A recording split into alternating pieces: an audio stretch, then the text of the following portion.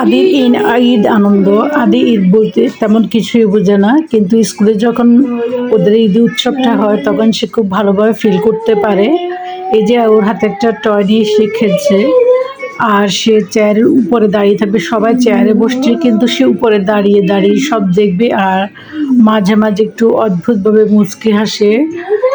তবুও এটা দেখেও আমার বেশ আনন্দ লাগছে। আমার ছেলেটা একটু হলেও বুঝতে পারছে যে এটা তার আনন্দের জন্য একটা জায়গা। যদি এটা কোনো আমাদের পরিবারের অনুষ্ঠান হতো তাহলে হয়তো অনেকেই একটু ডিস্টার্ব ফিল করতো, কিন্তু যেহেতু এটা ওদের স্কুল প্রোগ্রাম এবং টিচাররা, বাচ্চারা, গার্ডিয়ান আমরা সবাই জানি যে ওরা এরকম, সেজন্য একটু খোলামেলা পরিবেশ পেয়েছে, ওর কাছে ভালো লাগছে। এই যে সে চেয়ারের উপর দাঁড়িয়ে দাঁড়িয়ে সবাইকে অবজার্ভ করছে।